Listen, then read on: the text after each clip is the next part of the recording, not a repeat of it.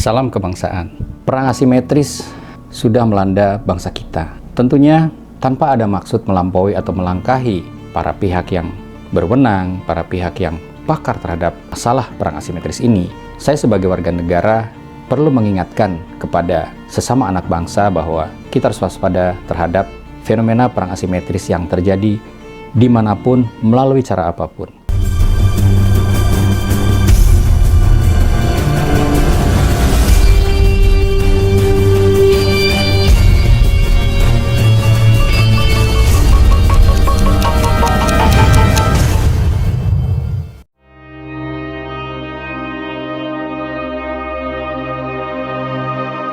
Dengan majunya teknologi, hampir seluruh masyarakat Indonesia menggunakan ponsel pintar yang di dalamnya syarat dengan teknologi.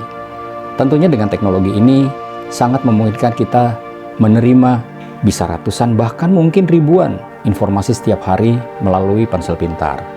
Disinilah letak rawannya hoax atau berita bohong dan juga ujaran kebencian.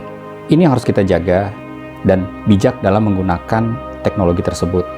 Kita bisa melihat bahwa bagaimana kekuatan media sosial begitu mempengaruhi masyarakat, sehingga terkadang masyarakat lebih percaya kepada media sosial dibanding kepada media mainstream atau media online yang sudah terverifikasi.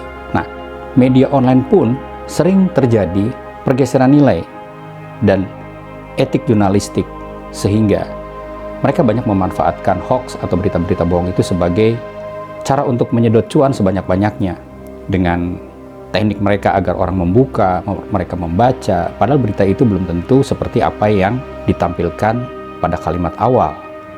Nah, tentunya masyarakat harus semakin bijak dan harus semakin cerdas menyikapi ini. Apalagi melalui media sosial yang sangat mudah masuk melalui komunitas, melalui kelompok-kelompok, melalui alumni-alumni sekolah. Ini sangat rentan terhadap gempuran hoax atau pengaruh-pengaruh asimetrik yang dilancarkan oleh aktornya untuk satu tujuan tertentu. Kita ambil hal yang mudah lah sekarang. Kita sedang memasuki tahun politik yang kita tahu semua di 2024. Di situ akan terjadi gejolak politik. Nah, jika ada satu kepentingan atau aktor yang memainkan hal ini, Indonesia yang sangat rentan terhadap masalah suku, ras, dan agama sangat mudah untuk diprovokasi, untuk dipecah belah. Padahal itu kepentingan para pemangkunya mereguk keuntungan suara dengan membuat kantong-kantong sehingga terjadi polarisasi dan akhirnya terjadilah politik identitas yang pernah terjadi di bangsa kita dan pernah terjadi di beberapa bangsa besar di dunia. Jika kita tidak cepat tanggap, kita tidak cerdas menyikapi ini, hati-hati. Bangsa kita ini akan terpecah.